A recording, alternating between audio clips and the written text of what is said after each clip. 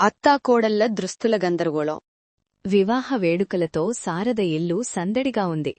లావణ్య తన మెరిసి పట్టుచీరను చూపించడానికి ఆతృతగా శారద కోసం ఎదుర్చూస్తోంది. ఈ పట్టుచీర పెళ్లికి అంత ప్రకాశవంతంగా అవసరమా లావణ్య? కళ్లకి జివ్వున తగులుతోంది. అయ్యో అత్తయ్యా, ఇది కట్టుకుంటేనే కదా కొత్త కోడలి కళ వస్తుందని రవి ఎంతగానో మురిసిపోయాడు. కోడలి కళ రావాలంటే ఇలాంటి రంగుల చీరలే కట్టుకోవాలా? మా కాలంలో అంతా పసుపు ఆకుపచ్చవే కట్టుకునేవాళ్లం. కాలం మారింది కదత్తయ్యా. ఇది ఈ పెళ్లికి ప్రత్యేకంగా చేయించుకున్నాను. దీనికి డిజైన్ కూడా ఎంత బావుందో చూడండి. ఓహో, నువ్వు కష్టపడి చేయించుకుంటే కదా. సరే సరే, దాన్నివ్వు, కాస్త మడతలు పోతాయి, సరిచేస్తాను. వద్దు అత్తయ్యా, దీనికి మడతలేం లేవు. నేను నిన్నే ఇస్త్రీ చేయించాను. చాలా జాగ్రత్తగా పెట్టాను. నువ్వు పిల్లదానివి లావణ్యా. పెద్దలకి తెలీదా ఇస్త్రీ ఎలా చేయించాలో? ఇవ్వు, చెప్పిన పనిచేయి.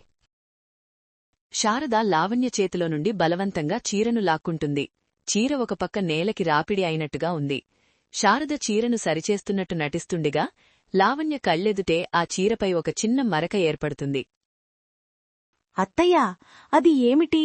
చీరపై మరక పడిందే. అయ్యో రామా, ఎప్పుడూ లేనిది ఈరోజు ఇలా అయ్యిందేమిటి? ఇది మామూలు మరకలా లేదు, చాలా మొండిదిలాగా ఉంది. నేనంత జాగ్రత్తగా ఉన్నా ఇలా ఎలా జరిగిందో నాకర్థం కావడం లేదు. ఏం పర్వాలేదు, నేను చూసుకుంటాను. మా కాలంలో ఇలాంటి మొండి మరకలని ఎలా వదిలించుకోవాలో నాకు బాగా తెలుసులే. వద్దత్తయ్యా, కొత్త చీర. దానికేదైనా అయితే చాలా కష్టం. నీకేం తెలీదులే తల్లి, నువ్వు చూస్తూ ఉండు. దీన్ని నేను శుభ్రంగా చేసిస్తాను.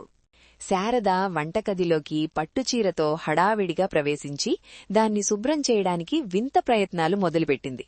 పక్కింటి పంకజం వంటగది బయట నుండి శారద ఫోన్ సంభాషణను వినడానికి ఆసక్తిగా చూస్తోంది. ఈ మొండి రంగును వదిలించుకోవాలి, లేకపోతే లావణ్య పట్టుదల మామూలుగా ఉండదు. అవును అవును, ఎంత ప్రయత్నించినా పోవడం లేదు. పెళ్లికి ముందు ఈ రంగు ఇక్కడుండకూడదు. అయ్యో రామా, శారదమ్మ ఫోన్లో ఏవో రహస్య విషయాలు మాట్లాడుతోంది. రంగు అంటోందా? అది కోడలి చీర గురించే గదా. నేను దాన్ని పూర్తిగా మార్చాలి, ఆ ప్రకాశం తగ్గించాలి, లేకపోతే మళ్లీ సమస్యలే. చూశారా చూశారా, కోడలి దుస్తులమీదనే పగపట్టింది. ఆ ప్రకాశం తగ్గించాలట. అబ్బా, శారదమ్మ మామూలు మనిషి కాదు. శారద పసుపు, నిమ్మరసం, ఇంకేవేవో కలిపి ఆ పట్టుచీరపై ఉన్న మరకపై పూస్తుంది.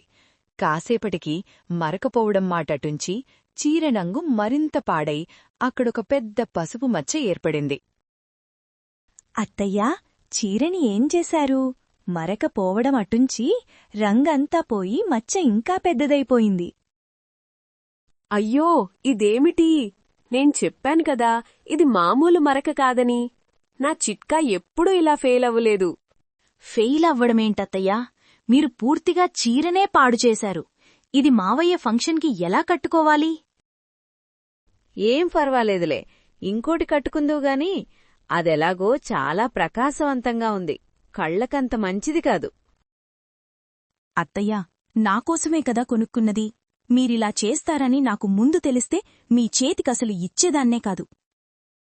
నాకు తెలియక చేశానా లావణ్య? నీకేదైనా మంచి జరగాలని చూశాను, అంతే తప్ప వేరే ఉద్దేశం నాకు లేదు. పాపం కోడలు, తునని పూర్తిగా నమ్మింది కదా. శారదమ్మ ఎలా మభ్యపెడుతుందో చూశారా? పట్టుచీర పాడైపోవడంతో నిరాశపడిన లావణ్య తన పడకగదిలో రవికోసం ఎదురుచూస్తోంది. రవి రాగానే లావణ్య తన అసహనాన్ని వెలుబుచ్చింది. రవి, నువ్వు రాగానే చెప్పాను కదా అత్తయ్య నా చీరని ఎలా పాడుచేసిందో. అమ్మా, తెలియక చేసింది కదండి, కావాలని చేయదు కదా. కావాలని కాదా? మరి ఫోన్లో ఈ మొండిలంగును వదిలించుకోవాలి, ప్రకాశం తగ్గించాలి అని ఎవరితో మాట్లాడుతోంది?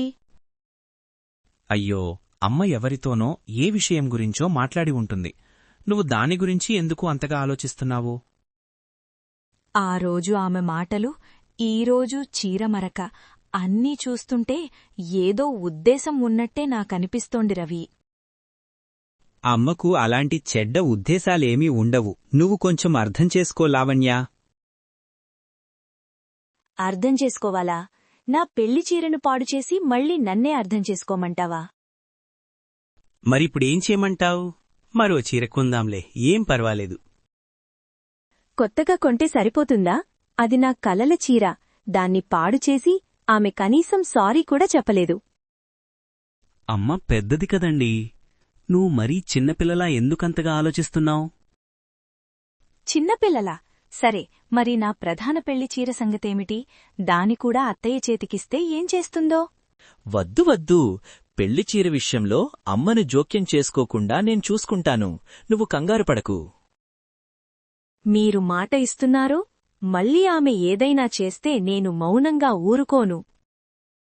సరే సరే, నేను జాగ్రత్తగా చూసుకుంటాను. నువ్వు కాస్త శాంతించు. నాకేదో జరిగితే తప్ప మీకెవ్వరికీ అర్థం కాదు రవి. ఈ ఇంట్లో నేను ఒంటరిదాన్నైపోతున్నాను. కొద్ది రోజుల తర్వాత మరో పెళ్లి వేడుకకు లావణ్య ఎంతో ఇష్టపడి కొన్న లెహంగాను సిద్ధం చేసుకుంటుంది. శారద దీనికి మరింత మెరుపు వస్తుందని ఒక విచిత్రమైన ప్రయోగానికి పూనుకుంటుంది. ఈ పిల్లలు కొత్త బట్టలు కొంటారుగాని వాటిని ఎలా చూసుకోవాలో తెలియదు. నేనే ఏదో ఒకటి చెయ్యాలి. శారద తన చేతిలో ఉన్న ఒక బాటిల్ని చూస్తుంది. దానిపై మెరిసే జుట్టు కోసం నూనె అనుంటుంది. ఆమె దాన్ని ఫ్యాబ్రిక్ సాఫ్ట్నర్ అనుకుంటుంది. ఓ, జుట్టు మెరిసినప్పుడు బట్టలెందుకు మెరవవు? ఇదే మంచి ఐడియా. శారద ఆ బాటిల్లో ఉన్న నూనెను తీసి లావణ్య లెహెంగాపై నిదానంగా పూయడం ప్రారంభిస్తుంది. కాసేపటికి లెహెంగా మొత్తం జిడ్డుగా మారి నూనెవరకలతో నిండిపోయింది. లావణ్య చూడు, నీ లెహెంగాకు ఎంత మెరుపొచ్చిందో. నేనే స్వయంగా చేశాను. అత్తయ్యా, ఇదేమిటి? నా లెహంగా మొత్తం నూనెతో తడిసిపోయింది. ఇదేం మెరుపు? అయ్యో, నూనె అంటే మెరుపొస్తుంది కదా. నాకు తెలీదు. నీకు నచ్చలేదా? నూనె బట్టలికి ఎవరైనా పోస్తారా అత్తయ్యా? ఇది హెయిర్ ఆయిల్ కదా. ఇది పూర్తిగా పాడైపోయింది. ఇప్పుడు నేనేం కట్టుకోవాలి? నువ్వేదో పొరబడుతున్నావు. ఇది బట్టలకు వేసేదే అనుకున్నాను. నా ఉద్దేశం మంచిదే, కాని ఇలా అవుతుందని నేను ఊహించలేదు. మీ ఉద్దేశం మంచిదేనా? నా ప్రతి దుస్తుల విషయంలోనూ ఏదో ఒక ప్రమాదం జరుగుతూనే ఉంది. ఇది నన్ను చాలా బాధపెడుతోంది అత్తయ్యా. మరి నువ్వు కొన్న బట్టలే మంచివి కావు. ఎందుకు ఇలాంటి ఖరీదైనవి కొనడం? మామూలు చీరలు కట్టుకుంటే ఈ సమస్యలన్నీ ఉండవు కదా. అత్తయ్యా, నా దుస్తులను పాడుచేసింది మీరు. ఇప్పుడు నన్నే నిందిస్తున్నారా? నేను నిన్ను నిందించడం లేదు లావణ్య. నేను నిన్ను జాగ్రత్తపడమని మాత్రమే చెబుతున్నాను. ఇది నీ మంచి కోరే కదా. నా మంచి కోరుతూనే నా బట్టలను పాడుచేస్తున్నారా? నాకు అర్థం కావడం లేదు అత్తయ్యా. మీరు ఏం చేయాలనుకుంటున్నారు? అది నాకేం తెలియదులే. నేనింకో పని చూసుకుంటారు. ఎలాగైనా సరే నా ప్రధాన పెళ్లి చీరను ఆమె నుండి రక్షించుకోవాలి. లేకపోతే అది కూడా ఈ విధంగానే పాడైపోతుంది. మళ్లీ జరిగిన దుస్తుల విపత్తుతో లావణ్య మరింత దృఢంగా మారింది. ఆమె తన ప్రధాన పెళ్లి చీరను రక్షించుకోవడానికి ఒక ప్రణాళిక వేసుకుంటుంది. రవి, నువ్వు చూడ్లేదు కదా అత్తయ్య నా లెహెంగాను ఎలా చేశారో? ఇప్పుడు నేనేం కట్టుకోవాలి? అమ్మా, నేను అమ్మతో మాట్లాడాను. అది అనుకోకుండా జరిగిందని చెప్పింది. నువ్విలా బాధపడకు. అనుకోకుండా జరిగిందా? 2 సార్లు, అది కూడా నా కొత్త దుస్తులకే. ఇలా జరగడం అనుకోకుండా ఎలా అవుతుంది రవి? నువ్వలా ఎందుకనుకుంటున్నావు లావణ్య? అమ్మ నీకు మంచి జరగాలని చూస్తుంది. మంచి జరగాలంటే ఇలా నా దుస్తులను పాడుచేయాలా? నాకామె మీద నమ్మకం పోతోంది రవి. లావణ్య, దయచేసి అలా మాట్లాడకు. అమ్మకు వినిపిస్తే చాలా బాధపడుతుంది. నా బాధ ఎవరికీ కనిపించడం లేదా? ఇప్పుడు నేను నా ప్రధాన పెళ్లి చీరను ఆమె నుండి రక్షించుకోవాలి. అది నీ పెళ్లి చీర. నేను చూసుకుంటాను అని చెప్పాను కదా. మీరు మాటిచ్చారు కాని అత్తయ్యను చూస్తుంటే నాకేమీ నమ్మకం కుదరడం లేదు. అందుకే నేనే జాగ్రత్త పడతాను. మరి నువ్వు ఏం చెయ్యాలనుకుంటున్నామో? నా చీరను నేను ఆమెకు కనపడకుండా దాచుకుంటాను. దాని పక్కన ఇంకో డెకాయ్ చీర పెడతాను. దానిమీద ఆమెకు ప్రయోగాలన్నీ చేసుకోమని. లావణ్య, ఇది మరీ ఎక్కువవుతుంది. అమ్మకు తెలిస్తే చాలా కోపపడుతుంది. ఆమె కోపం కంటే నా దుస్తులు ముఖ్యం రవి. నా పెళ్లి చీరను పాడు చేయడానికి నేను అనుమతించను. నీ ఇష్టం లావణ్య, కాని అమ్మతో జాగ్రత్తగా ఉండు. జాగ్రత్తగానే ఉంటాను రవి. కొన్నిసార్లు ఆమె మాటలు నన్ను చాలా బాధపెడుతున్నాయి. అమ్మా, నువ్వు మరీ చిన్నపిల్లలా ఆలోచిస్తున్నావు. అమ్మా నీ మంచికోసమే ఏదో అంటుంది. మంచికోసం అన్న మాటలు నాకు మంచి చెయ్యలేదు రవి. మీరు ఈ విషయం గురించి ఆలోచించండి. ఇంటి ముందు పందిరివేసే పని జరుగుతుండగా శారద ఫోన్లో పెద్దగా మాట్లాడుతోంది. పంకజం, లావణ్య అదే దారిలో వెళుతుండగా వారి చెవులకు శారద మాటలు స్పష్టంగా వినబడ్డాయి. ఈ పాటల గొంతు పెళ్లిల్లో అస్సలు వినిపించకూడదు. ఈ రంగుకు తగినట్టుగా ఇంకేడైనా చెయ్యాలి. చూశారా లావణ్యమ్మ, శారదమ్మ ఫోన్లో ఏమిటో మాట్లాడుతోంది. పాటల గొంతు వినిపించకూడదట. అది మీ చీర గురించే అయ్యుంటుంది. నాకలాగే అనిపిస్తోంది పంకజమ్మగారు. ఆమె నన్ను ప్రశాంతంగా ఉండనివ్వదు. నాకు ఇంకొక ముక్క దొరకాలి. దానితోనే ఈ సమస్య పరిష్కారమవుతుంది. పాడు చేసినా పర్వాలేదు, నా మాట నెరవేరాలి. వినండి, పాడు చేసినా పర్వాలేదట. ఇదేంటి లావణ్యమ్మ, మీమీదే ఇంత కోపంగా ఉందా? నాకు తెలియడం లేదు పంకజమ్మగారు. నాకైతే చాలా భయంగా ఉంది.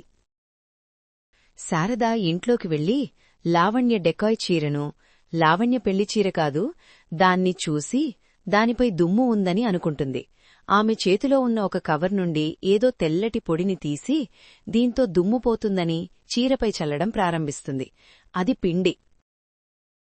ఈ పిండితో బట్టలకు ఎంత మంచి వాసన వస్తుందో లావణ్యకు తెలీదు.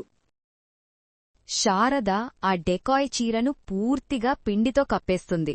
అత్తయ్యా, ఆ చీరను కూడా ఏం చేశారు? అది నా డెకాయ్ చీర. నేను దాని దుమ్ము దులిపేశాను. ఈ పిండి చాలా మంచిది, శుభ్రంగా ఉంటుంది.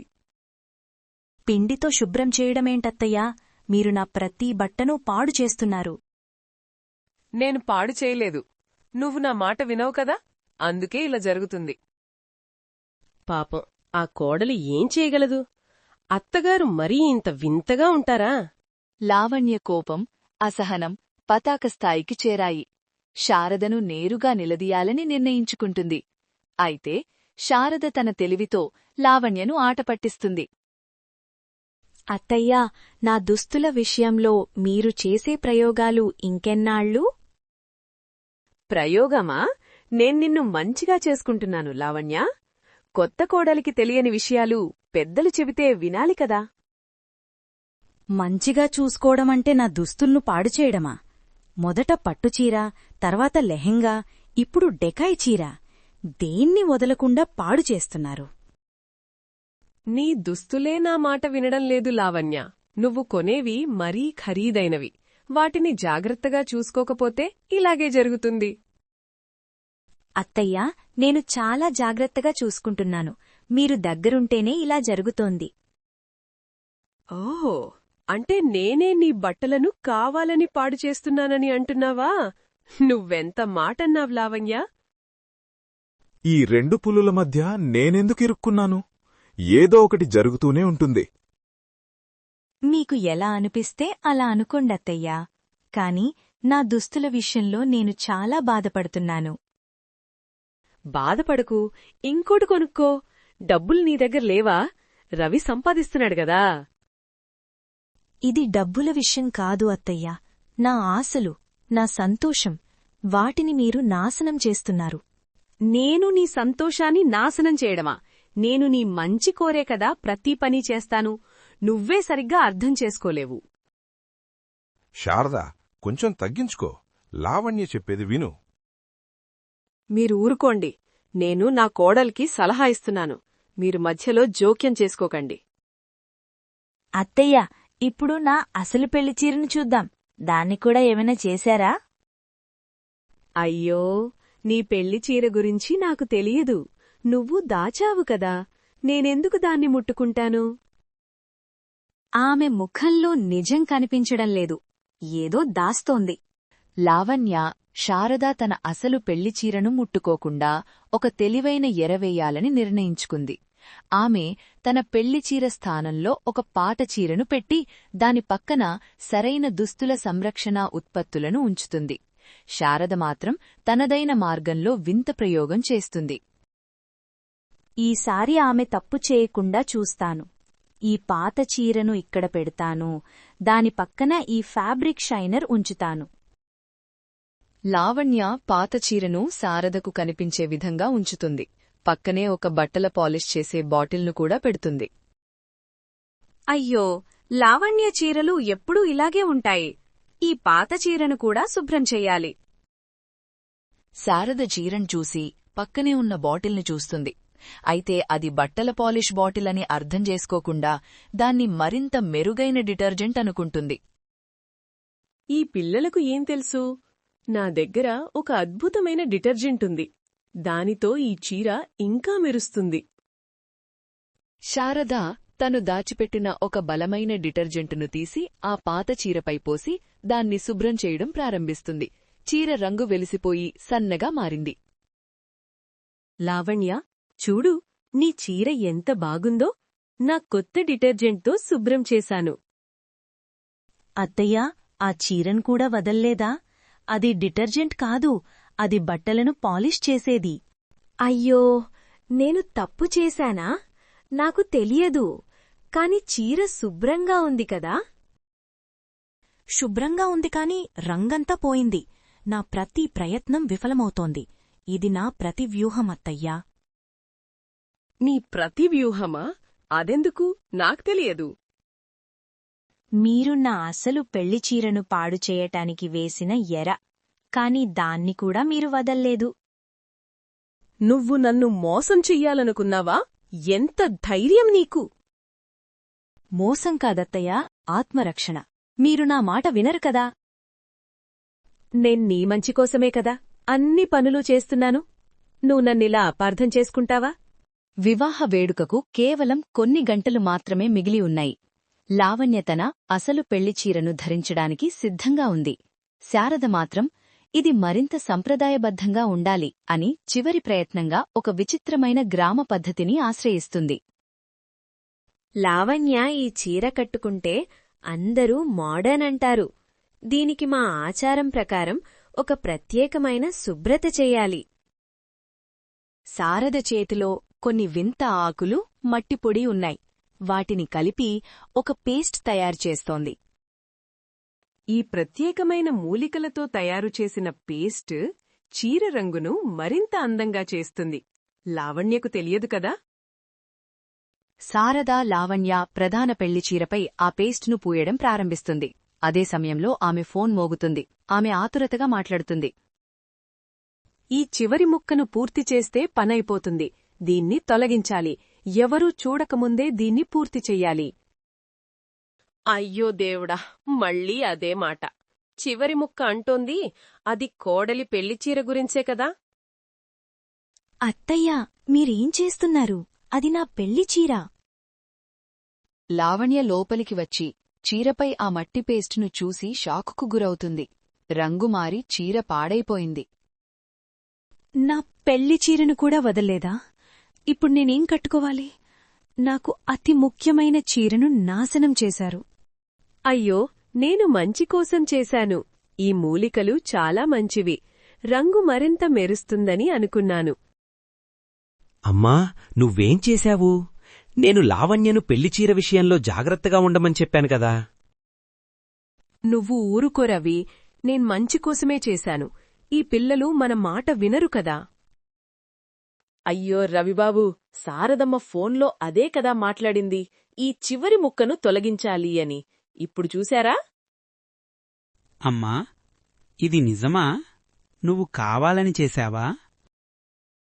నేను కావాలని చెయ్యలేదు. వాళ్ళు నా మాట వినరు, అందుకే నేనిలా చెయ్యాల్సొచ్చింది. మీరు కావాలని చేశారు.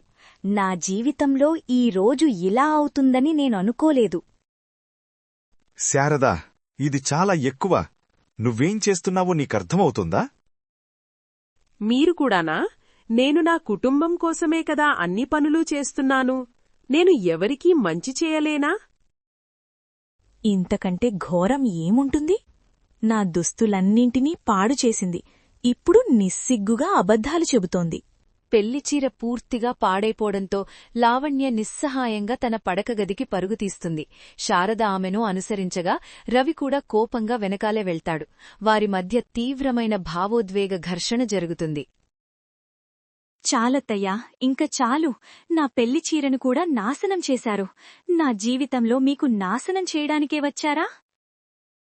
లావణ్య, నువ్వు నన్ను తప్పుగా అర్థం చేసుకుంటున్నావు. నేను నీ మంచి కోసమే చేశాను. మంచి కోసమా? నా ప్రతి ఆనందాన్ని పాడుచేస్తూ మీరు నా మంచి కోరుతున్నారా? నాకు మీ మీద ఏమాత్రం నమ్మకం లేదు. అమ్మా, ఇది నువ్వు కావాలనే చేసిందే కదా. నువ్వు ఎందుకిలా చేస్తున్నావు? లావణ్య ఎంత బాధపడుతుందో చూడండి. నువ్వు కూడానా రవి? నీ భార్య మాటలు విని నా మాటలను కాదంటావా? నీకు పెళ్లి తర్వాత నన్ను మర్చిపోయావా? అత్తయ్యా, రవిని ఇందులో లాగకండి. ఇది మీ విషయం. మీరు నా మీద ఎందుకింత పగ పెంచుకున్నారు? పగ? నేను నీమీద పగ పెంచుకోవడమేమిటి? నువ్వు నా కోడలివి, నా కొడుకు భార్యవి. నిన్ను నేను ప్రేమిస్తున్నాను. ప్రేమిస్తున్నారా? ఇలానా ప్రేమించేది? ఒకరి ఆనందాన్ని దూరం చేసి వారిని ఏడిపించి ప్రేమించడమా? నువ్వు చాలా ఆధునిక బట్టలు కొంటున్నావు. అవి మన కుటుంబ సాంప్రదాయాలకు తగవు. అందుకే నేను వాటిని మార్చాలనుకున్నాను. నా దుస్తులు ఎలా ఉన్నా అవి నా ఇష్టం. మీరెందుకు నిర్ణయించాలి? ఇది మీ ఇల్లు మాత్రమే కాదు. అమ్మా, లావణ్య చెప్పేది నిజమే. నువ్వు ఆమె ఇష్టాలను గౌరవించాలి. నువ్వు కూడా మారిపోయావు రవి. నువ్వు నన్ను కాకుండా లావణ్యను నమ్ముతున్నావు. శారదా, నీ పనులు మరీ ఎక్కువవుతున్నాయి. ఈ ఇంట్లో అందర్నీ దూరం చేసుకుంటున్నావు. నేను దూరం చేసుకోవడం ఏమిటి?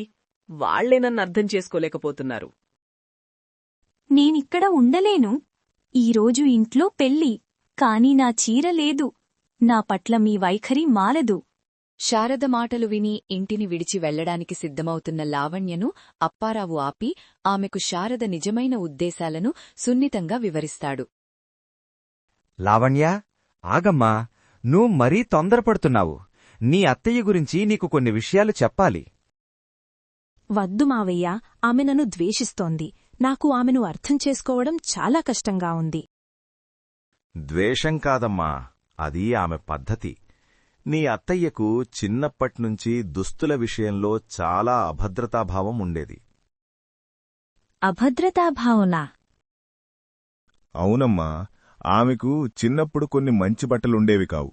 ఇంట్లో ఎప్పుడు చూసినా పాత బట్టలు కట్టుకునేది. అందుకే మంచి బట్టలంటే ఆమెకొక రకమైన భయం. వాటిని జాగ్రత్తగా చూసుకోవాలి, లేకపోతే పాడైపోతాయి అనే ఆలోచన. అందుకే నా బట్టలను పాడుచేసిందా? ఆమె ఉద్దేశం పాడు చేయాలని కాదు, ఇంకా మంచిగా చెయ్యాలి, ఇంకా జాగ్రత్తగా ఉంచాలి అనే ఆమె అతి ప్రేమ. ఆ ఫోన్ కాల్స్ కూడా ఆ పాటల గొంతు గురించి కాదు, పంటుతో చీరరంగు ఎలా సెట్ చేయాలి అనే దాని గురించి. అప్పారావు లావణ్యను తన అత్తయ్య మాటలు వినమని సైగ చేస్తాడు. పడకగది నుండి శారద స్వరం వినిపిస్తుంది. ఆమె రవితో మాట్లాడుతోంది. రవి, లావణ్య నన్ను వదిలి వెళ్ళిపోతుందేమోనని భయంగా ఉంది. నేను కావాలని చెయ్యలేదు. నన్ను నమ్ము. తెలుసమ్మా, నువ్వు లావణ్యకు చాలా ప్రేమిస్తావు. అవును రవి, ఆమెను నేను కూతురిలా చూసుకుంటున్నాను. కొత్తది కొన్నప్పుడు ఏదో ఒకటి చేస్తాను, మంచి జరుగుతుందని. నా పద్ధతి ఎవ్వరికీ అర్థం కాదు. అంటే అత్తయ్య ఉద్దేశం నాశనం చేయడం కాదు, ఆమె అతి ప్రేమ, అభద్రతాభావం. చూశావా లావణ్య, ఆమె మనసు చాలా సున్నితమైనది. నీమీద ఆమెకు అపారమైన ప్రేమ. దాన్ని వ్యక్తం చేయడమే ఆమెకు తెలియదు. నాకిప్పుడు అర్థమవుతుంది మావయ్య. ఆమెను నేను చాలా తప్పుగా అర్థం చేసుకున్నాను. తప్పులేదు లావణ్య. పెద్దల ప్రేమను అర్థం చేసుకోవడానికి కొన్నిసార్లు ఇలాంటి పాఠాలు అవసరం. అత్తయ్య మాటల్లో ఉన్న నిజం నాకిప్పుడు తెలుస్తోంది. ఆమెను నేను ఇంత తప్పుగా అంచనా వేయడం తప్పు. వివాహ వేడుక జరుగుతోంది. లావణ్య పాడుచేయబడిన పెళ్లిచీర స్థానంలో ఒక సాధారణ కాని అందమైన చీరను ధరించింది. అందరి ముఖాల్లో సంతోషం కనిపిస్తోంది. లావణ్య, నువ్వు చాలా అందంగా ఉన్నాము. నీ చీర కూడా చాలా బాగుంది. ఇది నాకు నువ్విచ్చిన బహుమతి, రవి.